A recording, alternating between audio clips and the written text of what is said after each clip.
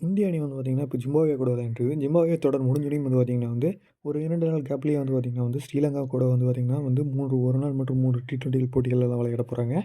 இந்த 3 T20 போட்டிலையும் வந்து பார்த்திங்கன்னா வந்து, மேக்ஸிமம் வந்து என்ன ஸ்ரீலங்கா கூட வந்து டீம் விளையாண்டாங்களோ, ஜிம்பாப்வே கூட ஒரு டீம் விளையாண்டாங்களோ, அதே தான் வந்து பார்த்திங்கன்னா வந்து T20 தொடருக்கு ஜிம்பாப்வே கூடவும் விளையாட போகிறாங்க அப்படிங்கிற மாரி தகவல் வெளியாயிருக்கு.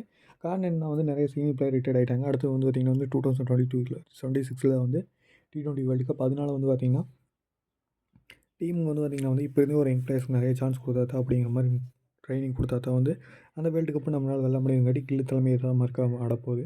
இதை தவிர வந்து பார்த்திங்கன்னா வந்து, ஒன் டேக்கு வந்து பார்த்திங்கன்னா வந்து, கில்லும் ருத்ராஜ் கைக்வாடும் தான் மேக்ஸிமம் வந்து ஓப்பனரா இருக்க போகிறாங்க அப்படிங்கிற மாரி வந்து தகவல் வெளியாயிருக்கு.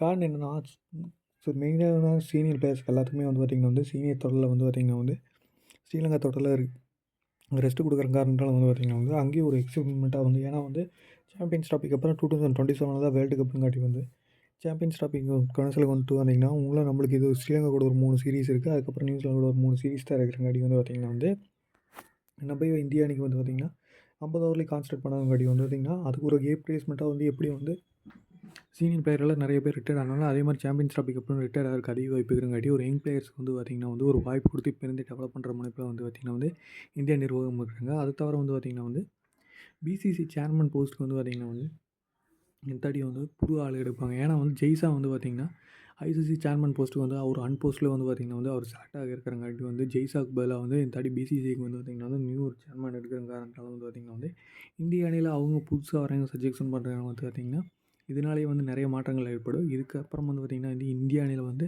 நிறையவே யங் பிளேயர்ஸ்க்கு வாய்ப்பு கொடுப்பாங்க அப்படிங்கிற மாதிரி தெரியுது.